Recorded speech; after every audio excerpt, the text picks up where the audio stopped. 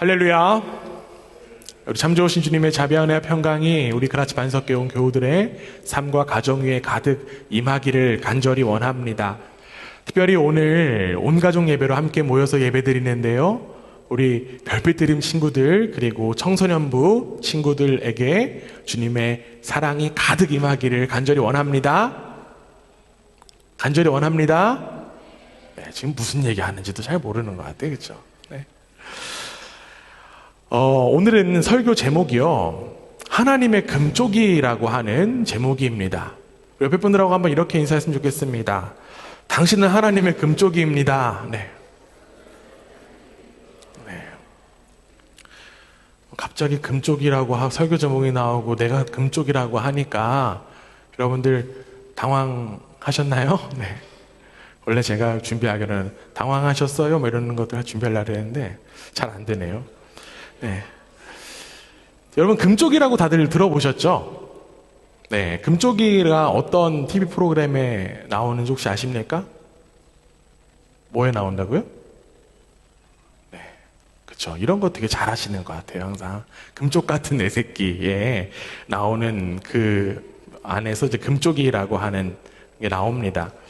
금쪽 같은 내 새끼라고 하는 TV 프로그램 모르신 분도 있으니까 좀 설명을 좀 드리면, 이제 한 의뢰인이 있고요. 의뢰인이 이제 육아의 모습을 이제 보여줍니다. 그리고 이제 전문가가 이제 그것을 바라보고 관찰하면서 금쪽 같은 처방을 내려주는 뭐 그러한 프로그램입니다.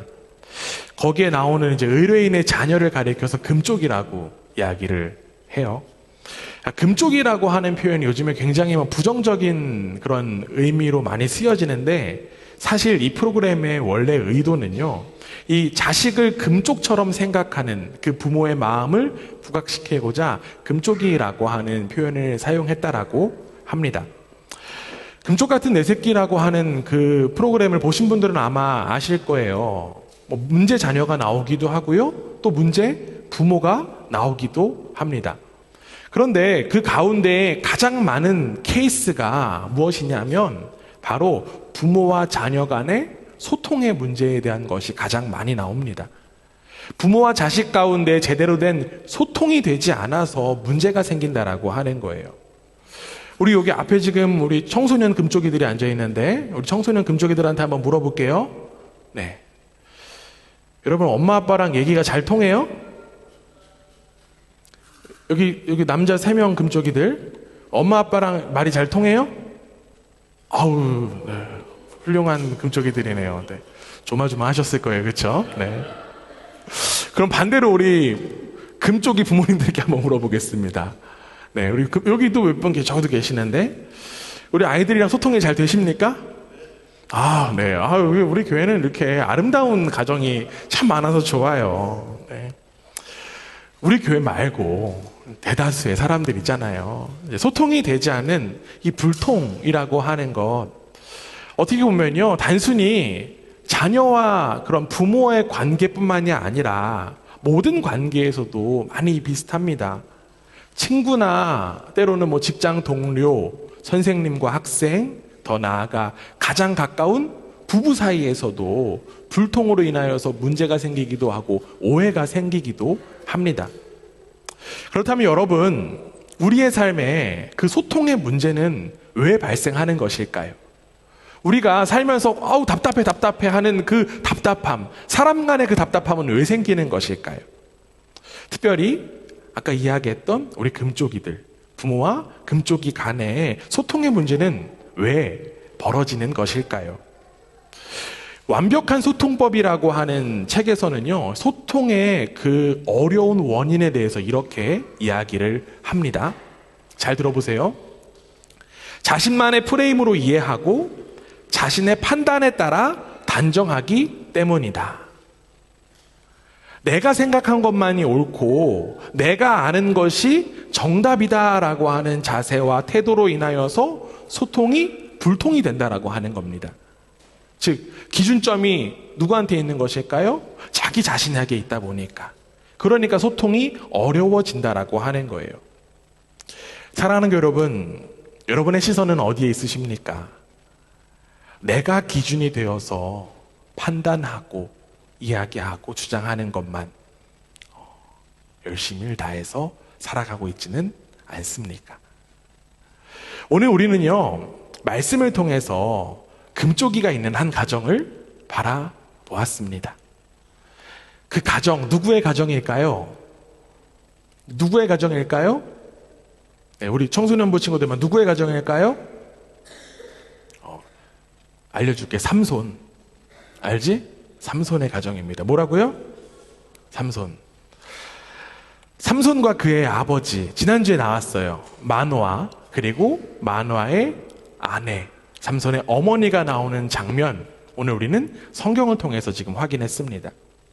이 가정도요, 뭐 구체적으로 뭐 멱살을 잡거나 아니면 막 소리를 지르는 뭐 이러한 이야기들이 나오지는 않지만, 부모와 자녀 간에, 즉 삼손과 아버지 마노아 간에 뭔가 소통에 조금 문제가 있는 것 같아요. 그리고 그 문제는 가정만의 문제가 아니라 더욱더 큰 문제로 확장되어 갑니다. 먼저 우리는 오늘 성경 본문에 나온 금쪽이 누구요? 누구요? 삼손이요. 삼손에 대해서 한번 시선을 향해 보도록 하겠습니다. 여러분, 삼손 하면요, 가장 먼저 떠오르는 이름이 누구일까요? 삼손 하면 누가 떠오릅니까? 삼손과 짝을 이루는 사람이 누가 있을까요? 드릴라가 있어요. 그렇죠? 드릴라. 삼손과 드릴라 이야기 너무 유명합니다. 그래서 아마 여기 있는 애들도 다 알죠? 네. 그런데 삼손에게는 이 드릴라라고 하는 여자만 있던 것이 아니었어요. 네. 삼손에게는 드릴라만 있는 게 아니었습니다.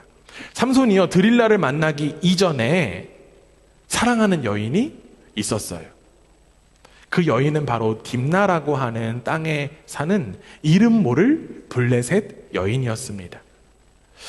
그 블레셋 여인을 좋아하게 된 삼손은요, 이제 부모님께 저 이제 이 여자랑 결혼하겠습니다 라고 허락을 구했습니다.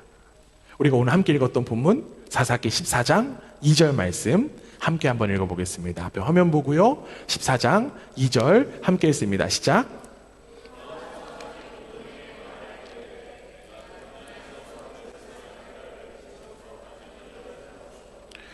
이제 그를 맞이하여 내 아내로 삼게 하소서 하매. 지금 삼손이 부모님께 이야기하고 있어요. 삼손이 한 말만 한번 집중해서 바라봤으면 좋겠습니다. 뭐라고 이야기하냐면, 내가 딥나에서 블레셋 사람의 딸들 중에 한 여자를 보았습니다 라는 이야기를 했습니다. 그런데 여러분, 우리가 지금 읽은 성경이 한글 성경이잖아요. 구약 성경이 히브리어로 쓰여져 있는데, 히브리어에는요, 이 표현의 어순이 조금 다릅니다. 삼손은 이렇게 이야기를 했어요. 한 여자를 보았습니다. 딥나에서 블레셋 사람들 딸 중에. 여러분, 한국어는 어디까지 들어야 된다고 하죠? 끝까지 들어야 된다고 하잖아요. 그렇죠? 제가 뭐 부족하지만 독일어 공부하다 보니까 어순이 굉장히 중요하더라고요. 막 두 번째 동사가 나왔는데 조동사 나오고 복잡해요. 네. 근데 또 어려운 건, 중요한 거는 언제 이야기하냐면 앞에 이야기하더라고요, 또. 그래서 중요한 것을 되게 먼저 부각시키는데, 비슷한 맥락에서 보면 삼손이 지금 무엇을 중요하게 이야기했냐면, 한 여자를 보았다라고 하는 것을 먼저 중요하게 이야기했습니다. 한 여자를 보았어요 라는 이야기를 했어요. 그는 한 여자를 부각시키면서 무엇을 감추려고 했을까요? 그 여인이, 그쵸, 블레셋 사람이라고 하는 사실을 감추기 위해서 그냥 부모님께 한 여자를 보았습니다 라는 것만 먼저 강조해서 이야기한 것입니다. 왜 그랬을까요? 왜 삼손은 의도적으로 내가 좋아하는 여자가 블레셋 사람입니다 라는 것을 뒤로 빼서 작게 이야기했을까요? 우리가 잘 알고 있듯이 이스라엘은요, 이방 사람들과 결혼해서는 안 되는 민족이었어요. 삼손은 막 잔머리를 써서 이렇게 앞에 이야기하고 내가 한다고 하면 좋아하겠지? 그리고 뒤에 살짝 블레셋 여자라고 하면 받아주시겠지? 라는 그런 잔머리를 굴려가면서 이야기했지만, 삼손의 부모님은요, 이를 허락하지 않았습니다. 우리 이어지는 3절 말씀인데요, 앞에 화면 보고 다시 한 번 더 읽어보겠습니다. 오늘 본문 사사기 14장 3절입니다. 함께 했습니다. 시작. 그의 부모가 내 백성 중에 어찌 여자가 없어서 내가 할례받지 아니한 블레셋 사람에게 가서 아내를 맞으려 하느냐 하니, 삼손이 그의 아버지에게 이르되 내가 그 여자를 좋아하노니 나를 위하여 그 여자를 데려오소서 하니라. 이방인을 아내로 맞는 것이 분명히 잘못된 일이다라는 것을 부모님께서는 이야기하시면서 승낙을 하지 않았어요. 이 결혼에 대해서 승낙하지 않았습니다. 그런데 지금 우리가 읽은 이 3절에 보면요, 이 부모님의 대답을 들은 우리 금쪽이 삼손이 뭐라고 이야기하고 있습니까? 뭐라고 대답합니까? 뭐라고 대답하고 있어요? 내가 그 여자를 좋아하노니, 내가 그 여자를 좋아합니다 라는 이야기하고 있습니다. 부모님이 지금 반대해요. 너는 이스라엘 민족이랑 결혼해야 돼. 어디서 블레셋 여자랑 결혼하려 그래? 라는 이야기 하셨지만, 지금 삼손은 더욱더 강력하게 부모님, 아버지, 어머니, 내가 그 여자를 좋아합니다 라는 이야기합니다. 삼손의 이 대답을 듣고 혹자는 이런 생각할 수도 있을 것 같아요. 야, 삼손 진짜 로맨틱하다. 야, 삼손은 부모님의 반대에도 끝까지 사랑을 추구하는구나, 이런 생각할 수도 있어요. 그런데 여러분, 지금 우리가 더 보고 있는 이 삼손의 대답, 내가 그 여자를 좋아하노니 라고 하는 이 표현을요, 히브리어 원어로 보면 조금 다른 의미를 갖고 있어요. 히브리어 원어로 이렇게 되어 있거든요. 히 야시라 베이에나니. 주문해 오는 것 같아요. 그렇죠? 네. 히 야시라 베이에나니. 이 표현을 직역하면요, 이렇게 됩니다. 그녀가 내 눈에 옳습니다. 그녀가 내 눈에 좋습니다 라고 하는 표현입니다. 즉, 삼손은요, 자기 눈에 그 여인이 옳고 좋다라는 표현을 한 거예요. 판단의 기준이 어디에 있습니까? 판단의 기준이 어디 있어요? 자기 눈에 있어요. 그렇죠? 이는 앞서 이야기한 소통이 되지 않는 원인에서 나온 것처럼 삼손은요, 자신의 판단에 따라 자신이 기준이 되어서 단정하는 사람이었던 거예요. 그러다 보니까 부모님과의 갈등이 발생하는 것이겠죠. 삼손의 눈에 그 여자는 옳아 보였고 그 여자는 좋아 보였습니다. 그리고 더 나아가 그녀의 삶의 방식이 옳아 보였고 좋아 보였고요, 그녀가 섬기는 신도 옳아 보였고 좋아 보였고요, 또 그녀가 어울리는 블레셋 사람들이 옳고 좋았다라는 의미까지 확장해 나갈 수 있어요. 삼손의 삶의 기준이 자기 자신에게 있다 보니, 자기 눈에 있다 보니까 자신의 정체성을 잃어버리게 된 것입니다. 여러분, 삼손은 어떤 사람입니까? 우리는 이미 잘 알고 있어요. 삼손은요, 이스라엘 백성이고요, 특별히 하나님께서 그를 어머니의 뱃속에서 무엇으로 부르셨나요? 나실인으로 부르셨습니다. 어머니의 뱃속에서부터 그를 구별된 사람으로 택하셨습니다. 그렇다면 그가 따라야 되는 삶의 가치는요, 하나님 중심으로 살아야 돼요. 하나님의 눈에 보시기 좋은가, 옳은가 라고 하는 기준의 삶을 살아야만 합니다. 그런데 지금 삼손이 삶의 기준이 어디에 있습니까? 어디에 있어요? 자기 눈에 있다라고 해요. 자기의 눈이 삶의 중심이 되다 보니까 하나님까지 잃어버리는 안타까운 모습을 보이고 있는 것입니다. 그런데 여러분, 이 자신의 눈이 삶의 기준이 된 그 삼손의 이야기, 단순히 삼손에게만 국한되는 이야기일까요? 성경학자들은요, 이 내 눈에는 옳습니다, 내 눈에는 좋습니다 라고 하는 이 표현이요, 히브리어 전통의 수거다라는 이야기를 합니다. 히브리어 사람들이 너무 익숙하게 표현하는 그러한 문장이라고 해요. 이 비슷한 문장이 사사기 17장 6절에 나오는데요, 말씀 한번 직접 찾아서 읽어보겠습니다. 사사기 17장 6절에 이렇게 되어 있습니다. 함께 있습니다. 시작. 그때에는 이스라엘의 왕이 없었으므로 사람마다 자기 소견에 옳은 대로 행하였더라. 여기에 지금 나온 어떤 표현일까요? 자기 소견에 옳다라고 하는 이 표현과 비슷한 의미가 내 눈에 좋고 내 눈에 옳은 거예요. 즉 삼손만 자신의 눈이 삶의 기준이 된 것이 아니라 여기서 확인한 것처럼 이스라엘 백성도요. 마찬가지로 내 눈의 삶의 기준이 되어서 내 소견대로 살아갔다라고 하는 것입니다. 그리고 성경은 삼손을 통해서 지금 이스라엘 전체를 지적하고 있는 거예요. 삼손의 그 자기중심적인 모습은 하나님을 잃어버린 이스라엘을 고스란히 보여주고 있는 것입니다. 삼손뿐만 아니라 이스라엘도 금쪽이가 된 거예요. 이스라엘의 삶의 기준, 자신의 눈들이 되었기 때문에 그들은 하나님을 잃어버린 것뿐만 아니라 이스라엘은 서로가 분열되는 그러한 역사들을 가지고 왔습니다. 그런데 여러분, 더욱더 집중하고 중요한 것은요, 이러한 금쪽이들의 모습이 단순히 삼손 이스라엘에게만 해당하는 이야기가 아니라고 하는 사실입니다.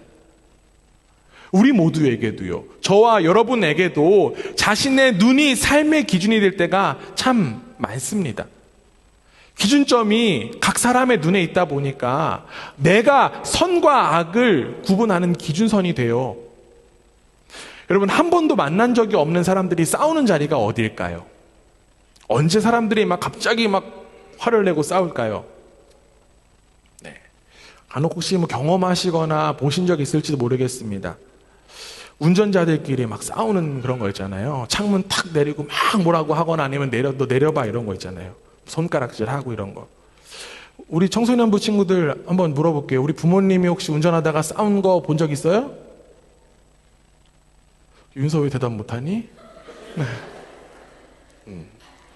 아마 우리 교회 부모님들은 인격이 훌륭하신 분들이어서 전혀 그런 일들이 없을 거라고 생각합니다.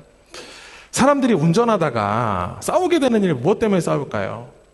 내가 옳다 그래서 싸우는 거예요. 나는 잘 가고 있는데 저 사람이 끼어들고, 나는 지금 잘하고 있는데 왜 나를 방해하고 등등등. 저 사람 운전 진짜 못한다. 초보 운전인가? 이러면 생각하는 거죠. 그런데 여러분, 운전하는 사람의 기준이 무엇이 돼야 될까요? 자기 자신의 기준이 돼야 될까요? 아닙니다. 운전 규칙이나 도로의 법에 따라야 되는 거예요. 그래야지 서로가 운전을 안전하게 잘 할 수 있습니다. 자기 자신에게만 기준이 있으면 내가 옳다고 큰 소리 낼 뿐이에요. 마찬가지입니다. 우리가 살아가는 삶의 기준이 내 눈이 된다라고 하면 사람과 사람 사이에서는 문제만 발생할 뿐이에요. 대부분 어떤 입장들을 가지냐면 나는 피해자, 저 사람은 가해자가 될 뿐이죠. 갈등의 골은 깊어지고 오해의 벽은 높아집니다. 야, 저런 경우 없는 사람을 다 봤나? 야, 진짜 개념 없다. 이러한 이야기들이 난무할 뿐이에요. 거기에 기준은 자신의 판단일 뿐인데도 말입니다.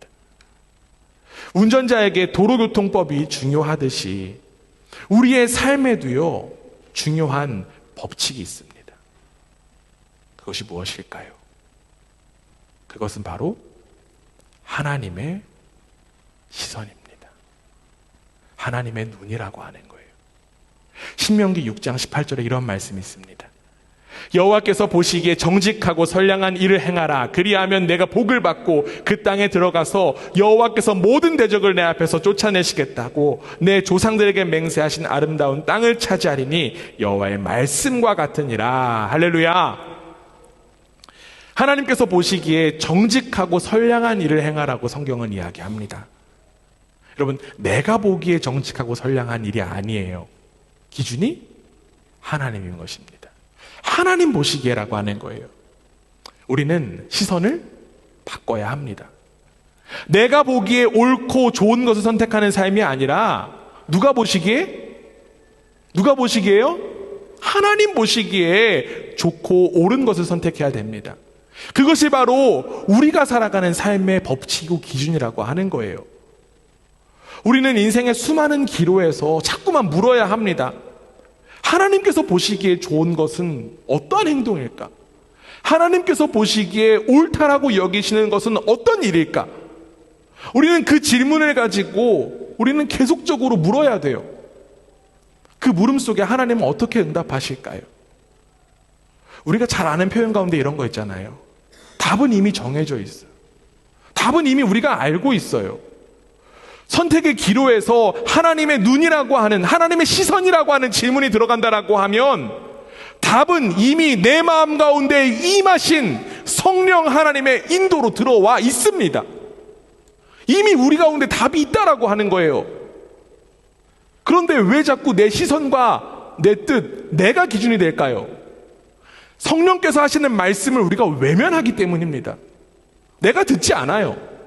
내 시선, 내 기준, 내가 옳고 그름의 판단의 기준점이 되기 때문에 성령의 울림은 듣고 싶지가 않습니다. 사랑하는 여러분, 불완전한 내 눈을 따라 사는 삶이 아닌 하나님의 눈을 믿으며 살아가는 우리의 삶이 되기를 주님의 이름으로 부탁드립니다. 우리의 삶의 기준이 하나님의 눈이 될 때 불완전한 우리의 삶이 온전하게 세워질 줄 믿습니다. 옆에 분들하고 이렇게 한번 인사하겠습니다. 하나님의 눈이 내 삶의 기준입니다. 네, 하나님의 눈이 내 삶의 기준입니다. 다시 오늘 성경 본문으로 돌아와 볼게요.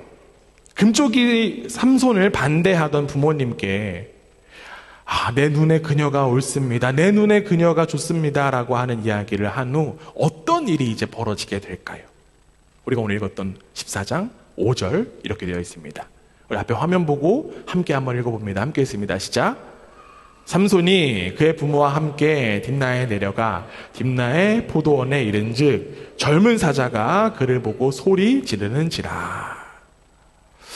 자식을 이기는 부모가 없다고 해요. 그렇죠? 마찬가지인 것 같아요. 삼손의 부모님도요, 삼손과 함께 딥나로 내려간다라고 성경은 이야기하고 있습니다. 결혼을 허락했을 수도 있어요. 아니면 그래, 우리 아들이 좋아하는 여자 한번 얼굴이나 보자 라고 하는 심정으로 갔을 수도 있습니다. 어쨌든 간에 이 삼손과 부모님이요, 딥나의 어느 포도원에 도착했어요. 그런데 갑자기 이들 앞에 사자가 나타났습니다. 삼손은 어떻게 했을까요? 이어지는 6절 함께 읽습니다. 시작. 여호와의 영이 삼손에게 강하게 임하니 그가 손에 아무것도 없이 그 사자를 염소 새끼 찢는 것 같이 찢었으나 그는 자기가 행한 일을 부모에게 알리지 아니하였더라. 성경은 지금 뭐라고 이야기하냐면 삼손이 사자와 어떻게 했대요? 싸웠어요. 싸웠는데 어떤 결과가 일어났습니까? 사자를 염소 새끼 죽이는 것처럼 찢어 죽였다라고 성경은 지금 이야기하고 있습니다. 삼손이 사자를 맨손으로 때려잡은 그런 이야기 보면서 야, 삼손 진짜 짱이다. 삼손 진짜 용맹하다. 뭐 이러한 생각들 할 수도 있는데요. 우리는 그런 생각들을 해서는 안 됩니다. 성경은요, 삼손이 힘이 세고 용맹한 용사다라고 하는 것을 이야기하고 있는 것이 아니기 때문에 그래요. 도리어 성경은요, 이 장면을 통해서 삼손이 하나님의 눈이 아닌 자신의 눈으로 살아간 삶을 구체적으로 지금 이야기하고 있는 것입니다. 삼손이 손으로 사자를 때려잡은 것, 어떻게 그게 하나님의 눈, 자신의 눈과 연결될 수 있느냐고 질문하실 수도 있는 것 같아요. 아마 지난주에 설교를 듣지 않은 사람들은 또 그렇게 생각할 수도 있지만 지난주 예배 들으신 분들은 딱 떠오르는 게 있을 것입니다. 이게 왜 하나님의 눈, 자신의 눈과 연결될까요? 삼손이 누구이기 때문에? 나실인이기 때문에 그래요. 그렇죠? 지난 시간에 살펴봤듯이 삼손이 나실인입니다. 나실인은요, 구별된 삶을 살아가야 돼요. 삼손은 특별하게도 엄마 뱃속에서부터 나실인으로 구별받았습니다. 그래서 그는 나실인의 규례에 따라서 살아야만 합니다. 그리고 그 규례 가운데 어떤 규례가 있었습니까? 사람의 시체를 만져서는 안 되고요. 동물의 사체도 만져서는 안 된다라고 하는 규례가 있었습니다. 그런데 지금 어떻습니까? 젊은 사자가 나타났어요. 그리고 지금 삼손이 그 사자를 염소 새끼처럼 찢어 죽입니다. 결국 규례를 어기게 된 거예요. 블레셋 여인을 만나서 사랑에 빠진 것도 나실인과 어울리지 않는 모습인데 이제는 율법에서 금하는 그 나실인의 금령까지도 어기게 된 것입니다. 그런데 여러분, 우리는 이 장면에서 혼란스러운 점이 한 가지 있을 것 같아요.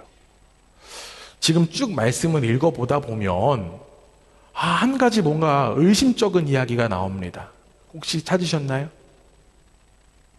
5절에 보면요, 아까 읽었던 5절을 한번 보시면 삼손이 부모님과 함께 딥나의 포도원에 이르렀다라고 지금 기록하고 있어요. 그런데 6절에서는 뭐라고 이야기합니까? 그쵸, 삼손이 사자를 죽인 것을 부모님에게 알리지 않았다라고 이야기합니다. 뭔가 문맥의 흐름이 맞지 않지 않습니까? 같이 왔는데 왜 삼손이 혼자 싸우고 부모님은 그거를 몰랐을까요? 뭔가 이야기가 맞지가 않아요. 그래서 성경학자들이 다양한 주장들을 합니다. 예를 들면 이런 주장도 해요. 부모님이 너무 힘들게 와서 포도원에서 낮잠을 자고 있었다. 그래서 그 사자를 못 봤다. 이런 이야기를 하는 학자도 있고요. 혹은 부모님이 삼손을 못 이겨서 딥나의 그 포도원까지 갔지만 이건 진짜 아니다라고 해서 다시 집까지 돌아왔다라는 이러한 주장을 하는 학자들도 있습니다. 다양한 이야기가 나올 수 있어요. 다양한 상상을 해볼 수 있는 장면입니다. 우리의 상상력을 자극하고 생각해 볼 수 있는 것이 바로 성경의 또 다른 매력인 것 같아요.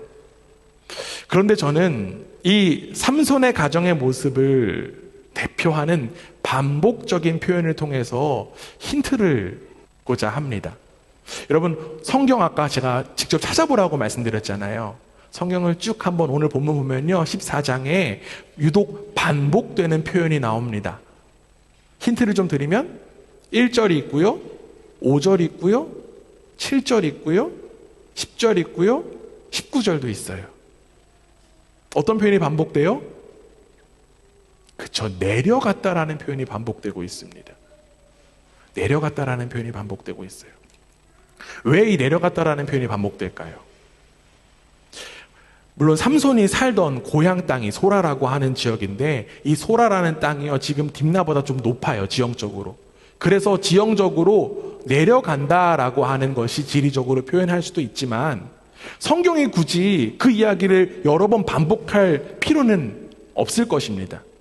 그렇다면 이 내려갔다라고 하는 것이 어떠한 의미를 가지고 있다라고 우리는 생각해 볼 수 있어요. 이것은 지리적인 의미가 아니라 우리가 영적인 의미를 바라볼 수 있다라고 하는 거예요. 삼손이 자꾸 내려감으로 인하여서 나락으로 떨어졌다라는 것을 이야기합니다. 그리고 그 떨어짐에 누가 함께 합니까? 삼손의 부모님도 지금 함께 하고 있어요.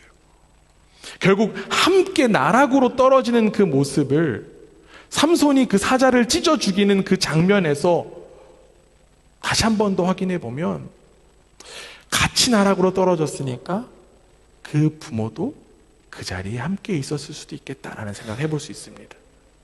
그들도 그 자리에 함께 있었지만 그들은 보지 못한 척한 거예요.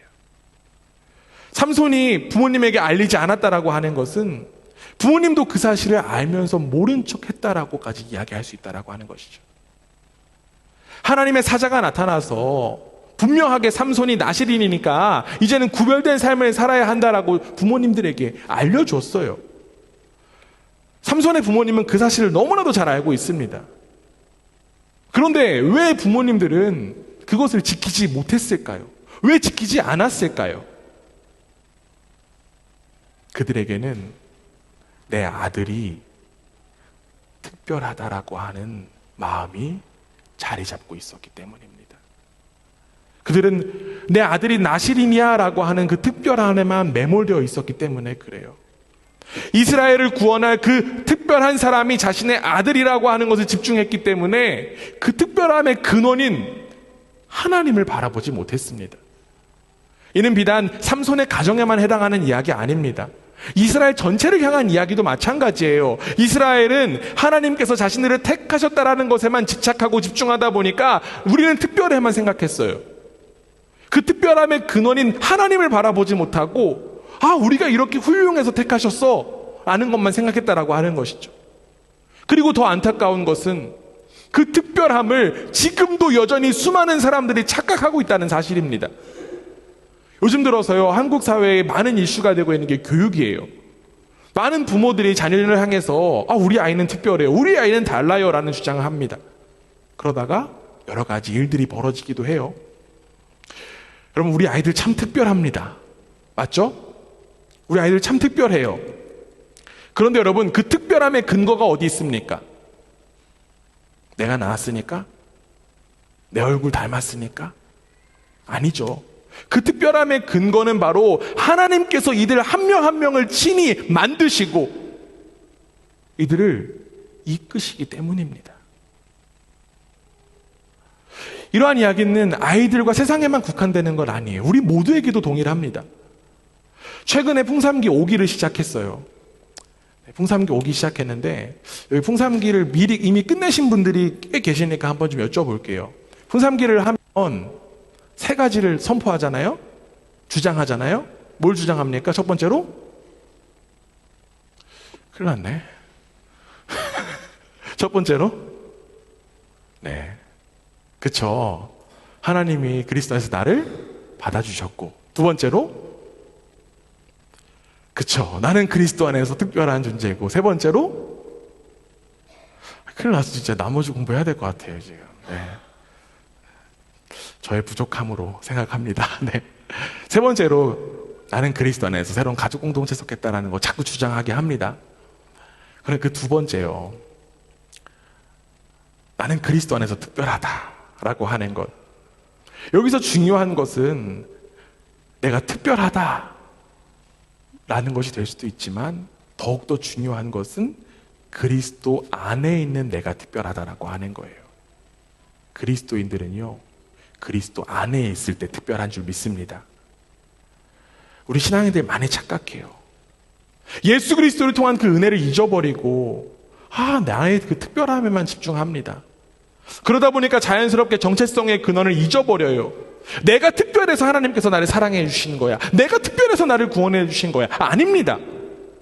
하나님께서는요, 죽어 마땅한 나를 사랑해 주셨고 나를 대신해서 죽으셨기 때문에 내가 특별한 거예요. 내 생명 가운데 예수 그리스도의 생명이 담겨있기 때문에 특별한 것입니다.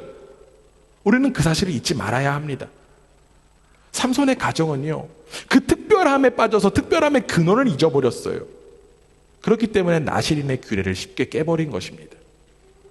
삼손의 가정에 나타난 그 어리석음이 우리 모두의 삶과 우리의 가정 가운데 나타나지 않기를 원합니다. 우리가 특별한 것이 아니에요. 예수 그리스도가 우리를 특별하게 하는 줄 믿습니다. 여러분, 가정에서 이러한 것들 가르치기를 부탁드리겠습니다. 너희는 특별하다. 너는 너무너무 특별해. 왜냐하면 너의 생명이 하나님 것이기 때문에 그래. 네 생명이 하나님 것이기 때문에 너가 특별한 거야. 이러한 것들을 자꾸 가르치고 새겨줘야 돼요. 우리의 근원이신 하나님으로 인하여서 우리의 존재가 특별하다라고 하는 사실을 기억하고 세상에 구별된 삶으로 살아가는 복된 우리 모두가 되기를 주님의 이름으로 축원합니다. 이렇게 인사하겠습니다. 옆에 분들하고요. 당신은 그리스도로 인하여서 특별합니다. 네, 감사합니다. 우리 청소년 친구들, 여러분들은 그리스도로 인하여서 특별한 줄 믿습니다. 네. 삼손에 대한 이야기를 살펴볼수록 삼손 참 나쁜 사람이다라는 생각을 할 수 있을 것 같아요. 이딴 사람이 다 있어. 실망이 클 것 같습니다. 용맹한 삼손의 이야기만 나오면 좋겠는데 삼손이 정말 내리막을 걷는 것 같아서 참 안타까워요.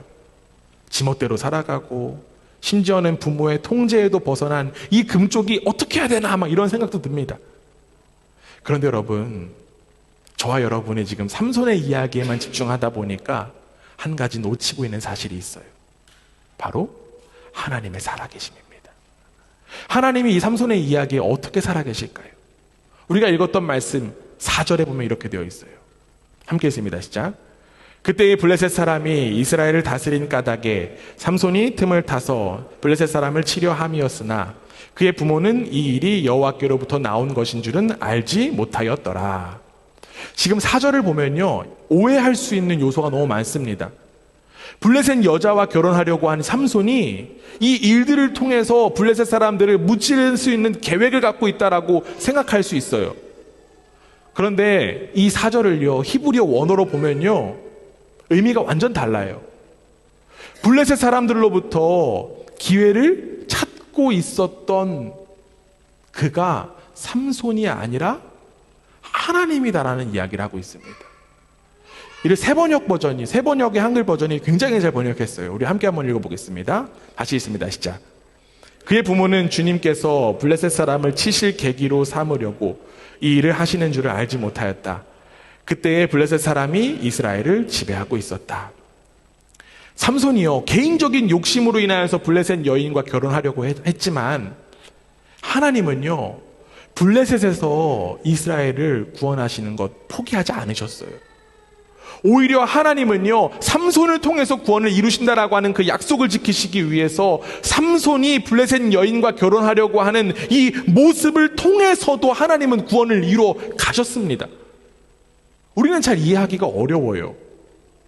아니, 하나님은 이 막무가내인 삼손을 그냥 내팽개치시고 다른 사람 이용하시면 될 텐데, 다른 사람을 사용하시면 될 텐데, 하나님의 모습이 참 답답하고 안타깝게 느껴지기도 합니다.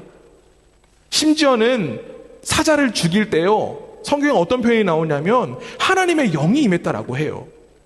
그리고 이어지는 15장에 보면요, 삼손이 블레셋 사람들에게 개인적인 그런 원한을 품고 그들을 죽일 때 마찬가지로 하나님의 영이 그에게 임했다라고 성경은 기록하고 있습니다. 우리는 하나님의 영이 임해서 그에게 힘을 준 것을 보면서 오해할 수도 있어요. 하나님은 삼손의 그 제멋대로를 인정하시는 것인가? 아닙니다. 여호와의 영이 삼손에게 임했다는 이유로 삼손의 모든 행동이 정당화되어서는 안 돼요. 오히려 하나님은 그 삼손의 온전하지 못한 행동을 통해서도 자신의 뜻을 이루어 가신다는 것입니다. 비록 삼손은 나시린으로서 온전한 삶을 살아가지 못했지만 하나님은 그에게 끊임없이 기회를 허락하신 거예요. 하나님은 그를 포기하지 않으신 거예요. 왜 그러실까요? 그냥 버리면 되는데 왜 그렇게 포기하지 못하시고 그를 통해서 끊임없이 자꾸 구원을 이루시려고 하신 것일까요? 오늘 설교 제목이 뭐라고요? 하나님의 금쪽이. 하나님의 금쪽이를 떠올려 보면 그 답을 조금이나마 알 수 있지 않을까요? 금쪽 같은 그 네 새끼의 부모들이요, 아이들과 함께 그 프로그램에 출연한 이유가 무엇일까요? 내가 스타가 되기 위해서? 아니면 뭐 우리 아이가 잘못했으니까 여러분 비난해 주세요, 막 이런 것 때문에 출연하진 않았을 거예요. 결국에 그 금쪽 같은 내 새끼와 우리가 잘 살기 위해서 출연하잖아요. 아무리 문제가 많아도 부모는 자녀를 사랑합니다. 그러다 보니까 이런저런 방법으로 회복을 소망하면서 출연하는 거예요. 여러분, 부모와 자식 간에도 이러한 애틋한 마음이 있는데 우리의 근원인 하나님은 우리를 향해서 어떠한 마음을 가지실까요? 하나님은 하나님의 형상이 담긴 그 삼손 포기하지 않으셨어요. 아무리 그가 막장이라도 하나님은 삼손이 옳은 길을 걸어가도록 기다리고 계셨습니다. 왜 그랬다고요? 그래, 사랑하니까 그래요. 그 행동은 사랑받을 수 없는 모습이지만 그 존재를 사랑하셨기 때문에 그렇습니다. 삼손이 하나님의 금쪽이니까 그래요. 마찬가지예요. 우리도 하나님의 금쪽이입니다. 우리도 때로는 내 눈에 옳은 대로 살아갈 때가 너무나도 많지만 그럼에도 불구하고 하나님은 저와 여러분을 포기하지 않으시는 줄 믿습니다. 우리의 부족한 모습을 통해서도 하나님은 일하시고 계시고 하나님은 자꾸만 하나님의 역사에 동참시키세요. 그리고 더 나아가 삼손에게 임했던 그 하나님의 영이 우리에게도 임하여서 우리를 친히 인도하십니다. 이 하나님의 애타는 마음을 조금이나마 이해한다면 저와 여러분을 통해서 하나님의 구원을 이루시고자 하는 그 마음을 조금이나마 안다면, 저와 여러분을 위해서 세상 가운데 가장 귀한 생명인 예수 그리스도를 허락하셨다라고 하는 사실을 조금이나마 느낀다면 우리는 제멋대로 살아갈 수 없어요. 이제는 우리는 우리를 금쪽이로 여기시는 그 하나님의 마음을 조금이나마 헤아리기 원합니다. 그리고 이제 하나님 눈앞에서 살아가기 원해요. 막무가내인 그 삼손을 향한 하나님의 마음이 저와 여러분을 향한 그 동일한 하나님의 마음인 줄 믿습니다. 이제는 우리가 하나님의 사랑을 깨달아서 회복의 삶을 살아갈 때예요. 우리를 향하신 하나님의 그 놀라운 계획하심을 깨닫고 우리 속에 담겨진 그 생명 가지고 하나님의 구원을 향해서 귀 쓰임받는 우리 그라치 반석교회가 되기를 주님의 이름으로 축원합니다. 특별히 오늘 우리 함께 예배드린 별빛드림 친구들, 그리고 청소년부 친구들, 이들이 일찍부터 하나님의 사랑을 깨달아 하나님 나라의 역사에 귀 쓰임받게 되기를 간절히 원합니다. 아멘.